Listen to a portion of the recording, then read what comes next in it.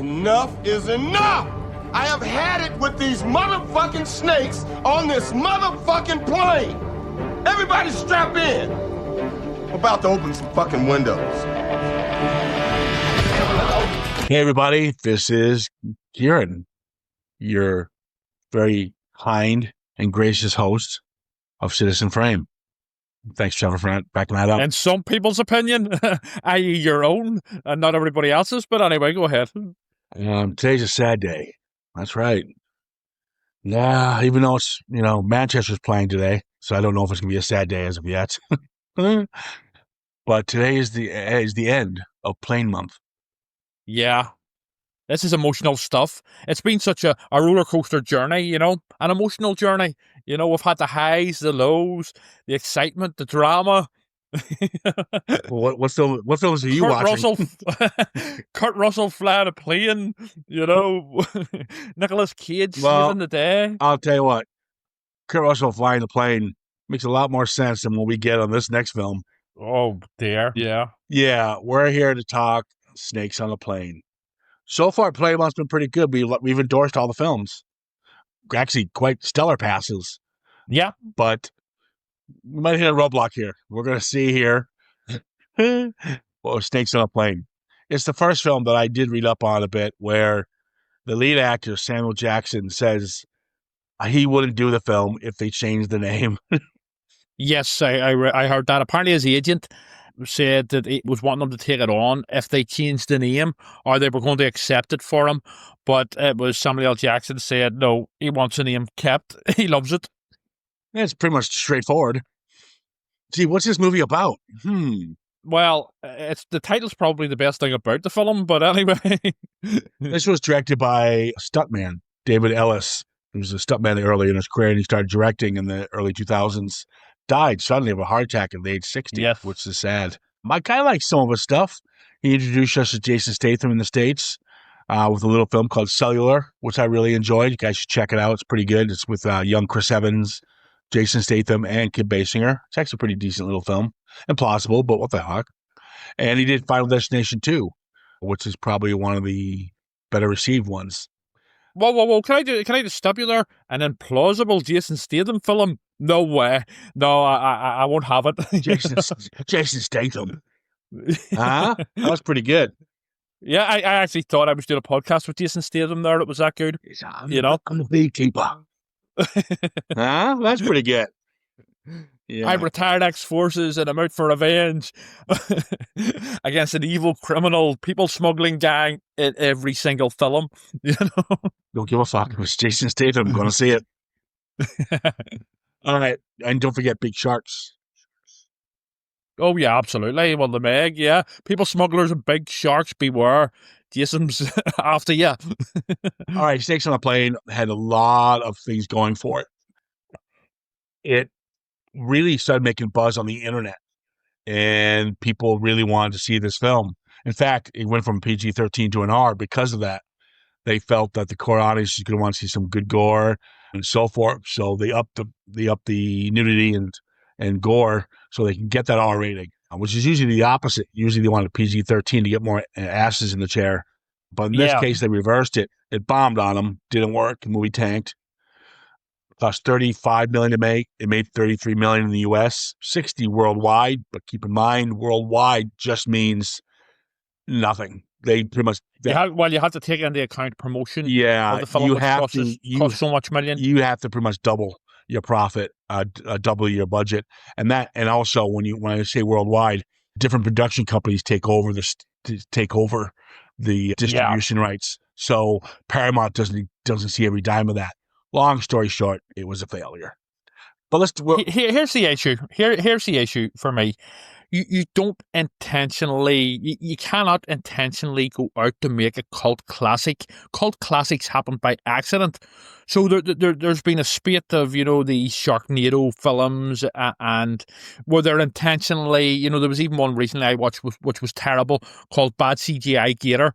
And it's like they're trying too hard to make a cult classic. Cult classics happen by accident. You cannot intentionally go out to make a cult classic. And also cult classics are actually films that were received poorly. Serious? Were received poorly but then as it progressed on the DVD They and grew so over forth, time. people start seeing it from a different persona, different eyes, I guess you can say, and they see a different film, and they're actually respected. Yes. Like Blade Runner and The Thing are the two ones I always go to for that. And this would never be a cult classic. But that guys, It's whenever. I think we're starting off on the wrong foot here. I think we're bad mouthing it. I'm gonna be honest with you. I'm not gonna tear this to shreds. It has some merit. It's got some decent points, and I've listed 2 or 3 of them. So let's just jump into it, and then we'll explain more on what a cult classic is. But when I think cult classic, I think The Thing. I think Big Trouble in Little China. I think John Carpenter. I don't think Snakes on a Fucking Plane. Yeah, I mean, it's and again, I guess back to it's very difficult to make cult classics in the modern era as well, where things are so slick and polished anyway. You know what I mean? We'll get to it. Yeah, I think the age of cult classics are done. Yeah, I agree. I think they're gone now. Yeah, but maybe that's a good thing, because if people put Snakes on a Plane as a cult classic, I'd be pissed. Yeah, and also, films that have become cult classics are usually played straight. I'm not talking about The Thing or Blade Runner, which are actually very well made. I'm talking about more sort of B-movie, sort of, cult, sort of cheesy fare. Like Ed Wood. Yeah, well, he was playing that straight, but believe it or not, with Glenn or Glenda and Plan 9 from Outer Space and stuff. Yeah, but that's why he deserves to be because there's a charm to that. Exactly. Yeah. Mm-hmm. I just watched Ed Wood the other day, so brilliant. Yeah, I love it. Yeah, Johnny Depp and Tim Burton. Yeah. All right. So here's the one thing that the movie gets wrong. Now, the CGI is not bad here. Even it's early 2000s, it's about 2000, whatever year it was, and so the CGI is fair. They actually mix real snakes. Yeah, here? They do 450 real snakes, and including a 22-foot python named Kitty. That fucking pythons that terrify me. And all the snakes that they put in there are non-venomous. The only ones they put in... No shit. Yeah, I know. The only ones they CGI are the venomous snakes. Here's the problem. If I'm going to see a film, I have huge fear of snakes. They scare the fuck out of me. They terrify me. Now, I'm not saying they open up door in the bathroom and a snake pops out. That's a cheat. Okay, I'm talking like just seeing it on the screen, I will shit myself. I'm terrified of snakes. Is that you trying to be Indiana Jones? Yeah, because of Harrison Ford. Yeah, but like unlike Indy, if I look down there and I saw Wasala and I say, "Oh, look, it's snakes." Okay, I'd be like, I'm not going down there. Fuck the ark. I'm not getting there. Fuck it. I don't mind snakes. I mean, I have had snakes wrapped around my neck, and I mean, obviously non-venomous. Saying that, there, I wouldn't fancy running into a big giant boa constrictor, or any sort of poisonous venomous snake. But I don't mind them. But my point is, it's kind of like people who watch the movie Fall. Wonderful little independent film. We'll probably get to it. People should see it. But if you're afraid of heights, that movie's going to terrify you. It's going to terrify you. Do you get where I'm going with this? This movie does not terrify me at all. All right. Okay. The boa scene creeped the fuck out of me. It gets a massive pass from the boa scene. It is terrifying. That's why I hate snakes, because of what they do and what they can do. And so but we'll jump into it. It doesn't have the bite it should, pardon the pun. But I'm actually going to defend most of it. Probably about 75% of this film. And we'll see why. Boy, that was a long intro, but I don't give a fuck. Okay, let's do it. All right. We got Samuel Jackson, Juliana Margulies, Nathan Phillips, Bobby Cannavale, David Kosher. They play Neville, Claire, Sean, Hank, and Rick. And a bunch of other misfits called Mercedes, 3Gs, Troy, Leroy, Grace, Ken, Tiffany, Chen, and Maria. Maria, we all know as Thor's wife. Yes. We reviewed a film of hers about 3 years ago. Yep. That's straight to Netflix. Yep. Piece of shit. I enjoyed it. Yeah. Remember? I knew what it was. Interceptor or something? Intercept, yes. Yeah. And I like her. Is it Ilsa Pataki? Something like that. I think it is.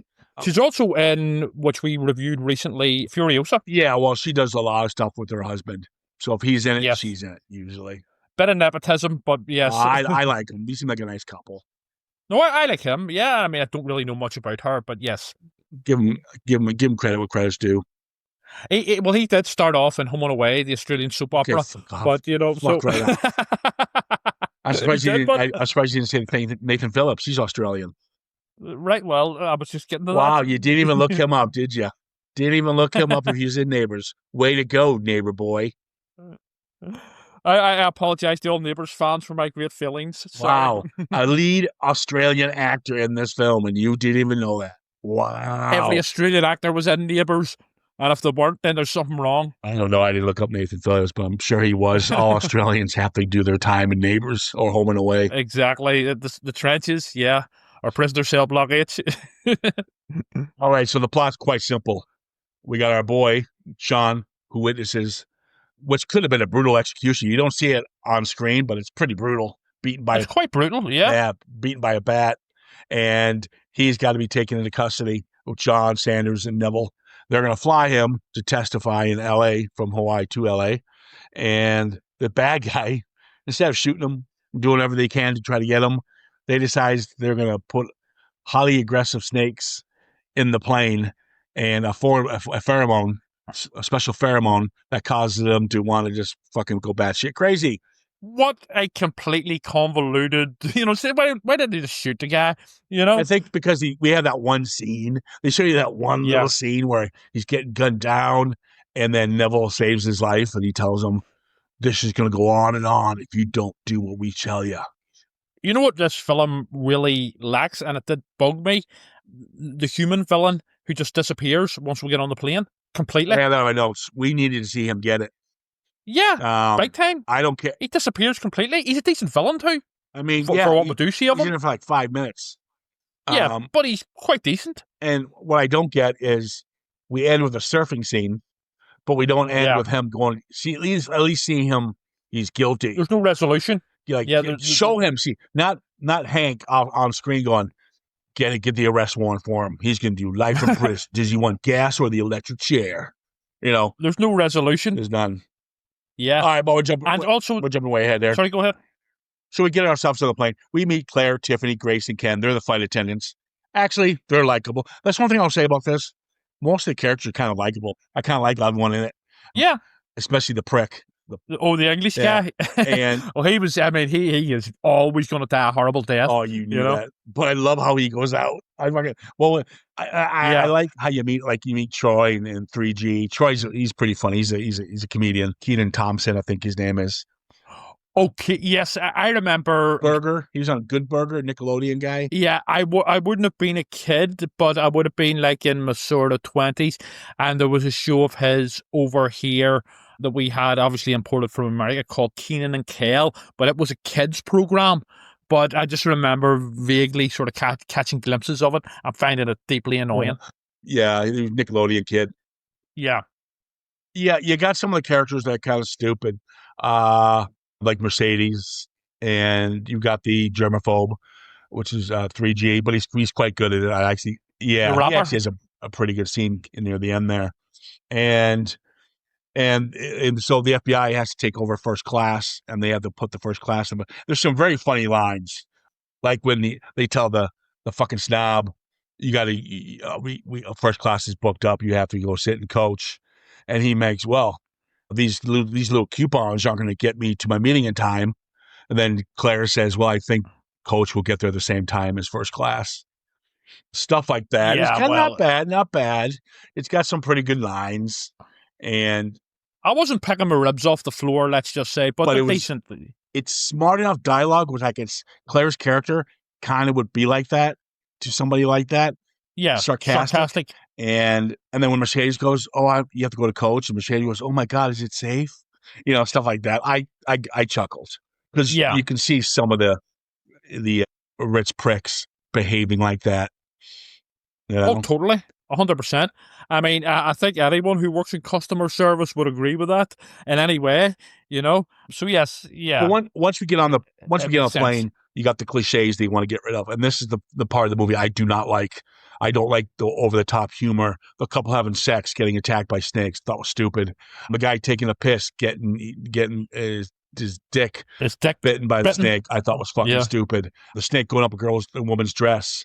All this is cliche. You know this all was going to happen. It was almost like they did a data dump of cliches in the first, because it takes about 40 minutes for this all to really for the shit to hit the fan. And so you're meeting all these different characters, but once they're just snake fodder. Well, once the 40 minutes hits, once everything goes to fuck, it turns for me. It turns into a lot competent film than the first act. The first act was too much, too silliness, and I'm assuming that was the intent of the director. We're going to show something fun, have good laughs, some booby shots. Ha ha ha! Isn't that funny? And then they up the game once the snakes take over. And so you kind of get two films in one, which I do like, the double genre. Yeah. What really helps the film is the one they're all very good. They're all good at what they do here. They're all competent actors. They're not bad actors, actually, and they're pretty good. But it's Samuel Jackson. And the reason Samuel Jackson pulls it off, he's playing it like he's doing Shakespeare. That's obviously he knows what he's doing. He's doing this so dead straight. And every line he gives is he's giving an Oscar-winning performance. It's real, and that's the saving grace is Samuel Jackson. For me, with Samuel L. Jackson, although regarding his acting in it, I think he is a little bit phoning it in. It's his presence that totally, I think, saves it, actually, the film. Essentially, it's Samuel L. Jackson looking to kill motherfucking snakes, and that does save it for me. If it had been any other actor, I don't know if I don't think any other actor would have taken the role. Yeah, well, this is it. I mean, he was fresh at this point. He was, fresh out of starring in the Star Wars prequels and stuff. So, yeah, Samuel's presence alone saves this, I think. Well, I think a lot of it is saved in the second act. The first act is just throwaway.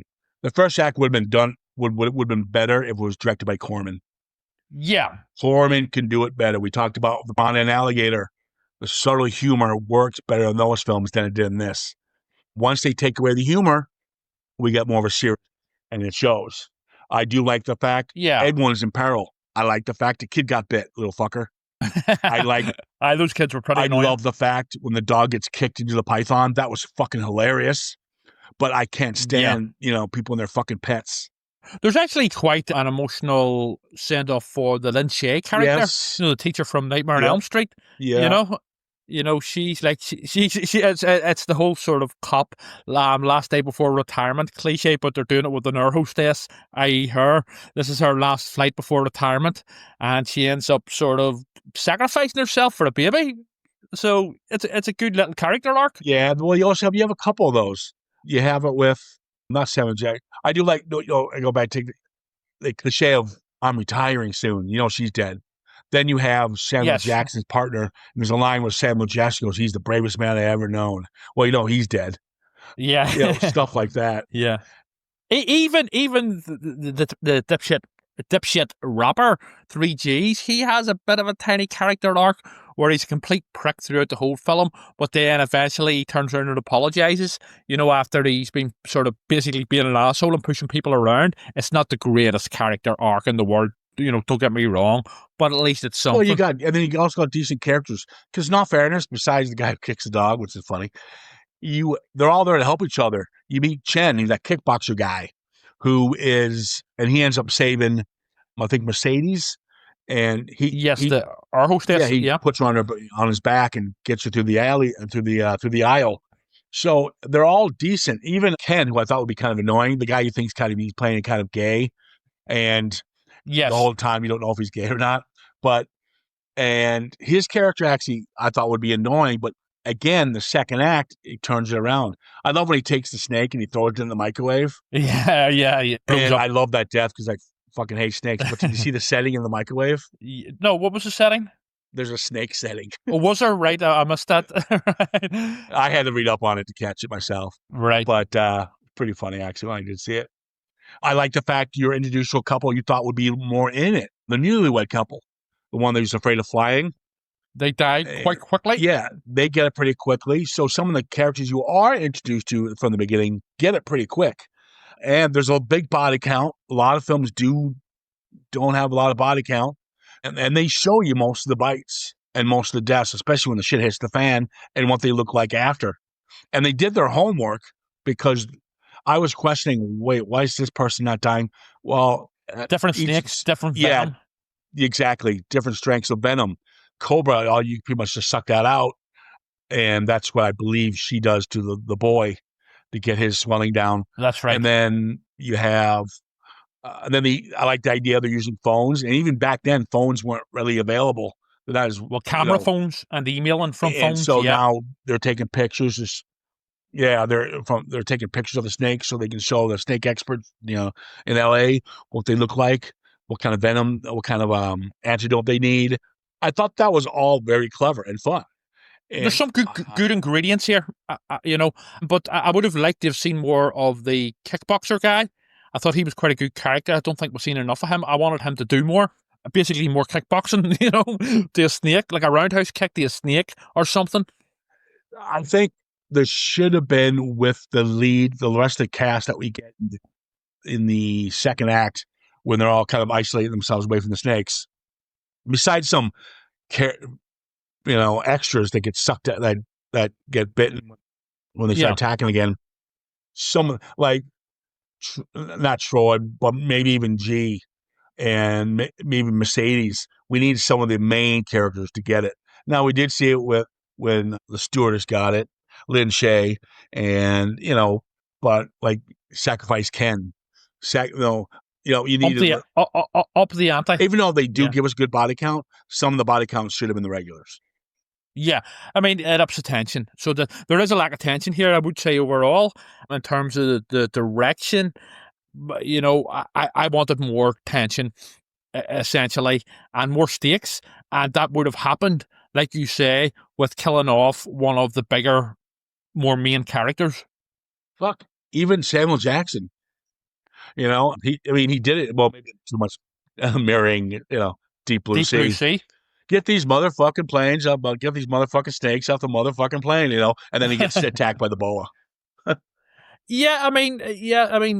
Definitely, even his partner's death, because we weren't that invested in the character, because we don't see hardly anything of him, it doesn't really have that emotional impact. Now, Snakes on a Plane, I'm not talking like high stuff, in terms of emotional impact, but it would have helped more if we had learned more about that character and sort of spent more time with that character before he gets bumped off. So there is it does lack that emotional punch. Again, we're talking Snakes on a Plane here, but still, with bigger sort of action films, and some of the more classic action films, there always is an emotional aspect to them, which is lacking here.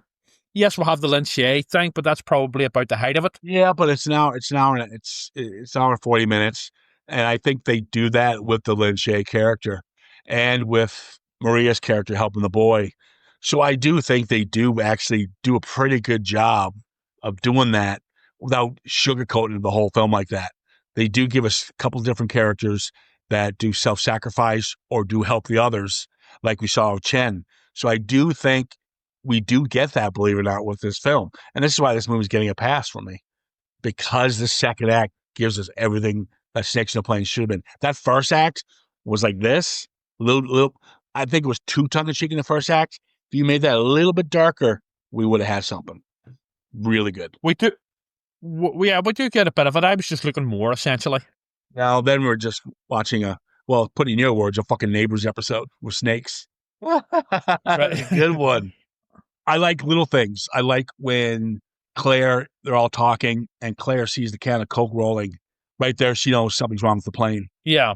We're not straight here. So I do love the fact, this is the best part of the whole film. The fucker is Neville. They know something's wrong with the plane. They know the pilot's been bit, so he might be dead. So they can't get in because it's a fail-safe door. You can't get in. Whatever it is, right? And so he takes his little knife and gets in. I'm like, oh, fuck off. You're not getting in. But my favorite death, and it terrified me. I looked away and I rewound it to watch it again, is when the prick, after he kicks Machete's dog, he gets bitten by the python, and it shows what a python does. it wraps him, and then you can see him suffocating. It goes right over his head. Just off screen. It's terrifying. You see the mouth of the snake open. I'm getting chills just saying this. And it starts devouring his... Yeah. Well, it does it with the that was earlier the best on scene as in the well. film. But yes, it is the best, certainly the best death by a long stretch. But because he was the biggest asshole in the film, he was always going to get the worst death. So, they're giving us that, so that is expected. But it is a good death and the best one in the film. And Mercedes is talking to the fucking kid, right? The kid of the brother who got bit. And she's, what are you drawing there? And he's drawing a cobra. It's like, what the fuck? If I was her, I'd go, fuck you, kid. Why are you drawing these fuckers?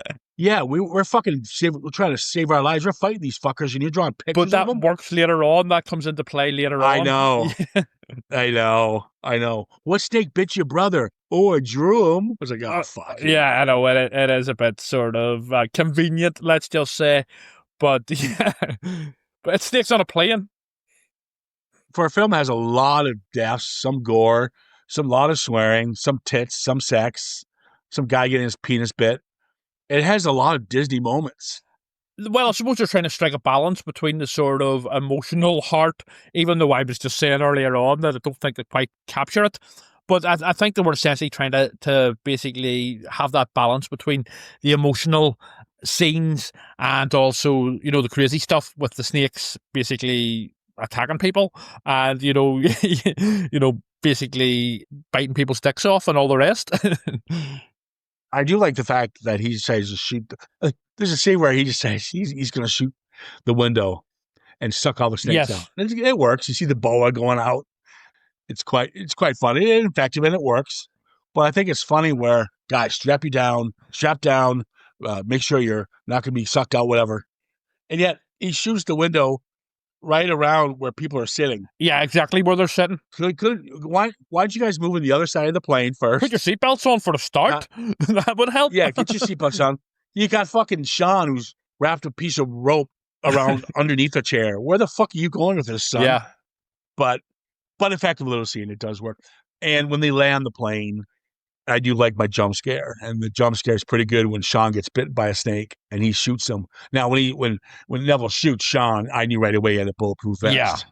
But it's more about the jump scare of the snake. It was more, what I did find really stupid and irritating was whenever the guy from Kenan and Kel, I don't know which one it is, they get him to land a plane because he's played it on a computer game or he's good at landing planes on a computer game. I get what they were doing. It's all meant to be tongue in cheek and a bit silly, but it was just a bit annoying, Yeah, but they kind of do play on that. The guy who's giving him instructions tells him we need to get somebody else in place here, and Samuel Jackson goes, there isn't anybody. He's got to do it, and so they kind of do one-line fix it. I guess you can say I don't like it myself. I think Claire should have taken over because she's probably been in the, I don't know, but we're not gonna get that. I mean, come on, snakes on the fucking plane. We find out Ken isn't gay. I thought that's right. His girlfriend appears at the end. Yes, that's right. Yeah, that's the big twist. That was the big twist. Yeah, that was all right. Yeah, watching this film again and just talking about Corman recently with Alligator and Piranha, maybe I'm still in that zone, so I can kind of appreciate what this film was trying to do. But the first act does fail it a bit, like I mentioned. But the second act turns it fucking around. And I'll tell you what, the action doesn't stop. It's not boring. It's not dull. The acting is quite up to par. The visual effects for the snakes are decent. But that boa scene wins it for me. That boa scene terrifies the fuck out of me. So it has to get a pass just for that. I think we'll come back to what we're saying at the start about, cult classic films. Corman with Piranha and stuff, I'm pretty certain at the time he wasn't going out to make a cult classic. Obviously Corman didn't direct it. He produced these films. But here, I think they're trying a bit too hard. But there's stuff I like about it, and I'm sort of on the fence. It's, for a B movie, this type of B movie, yeah, just about shades it for me. But, in terms of a pass, but I definitely have issues overall. But, yeah, it just about shades it. Samuel L. Jackson makes a difference. There you go. So there you go, guys. We're going to end Plane Month on a high note. Get it? Okay. Yeah. Rather. I thought I was going to say I was going to roll my eyes and go fuck, but it finds itself. It's all right. Yeah. I won't go out and buy it. No. Like, oh my God, thank God Snakes No Plane's available on 4K. No thanks. No. I won't have to revisit it. But guys, thanks for listening to Plane Month. It's been a fun one.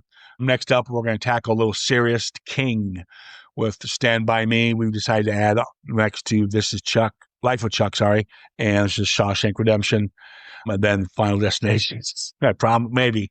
I keep promising the Final Destinations, but we know something else is going to come up. We'll get there one day, you know. We'll get there.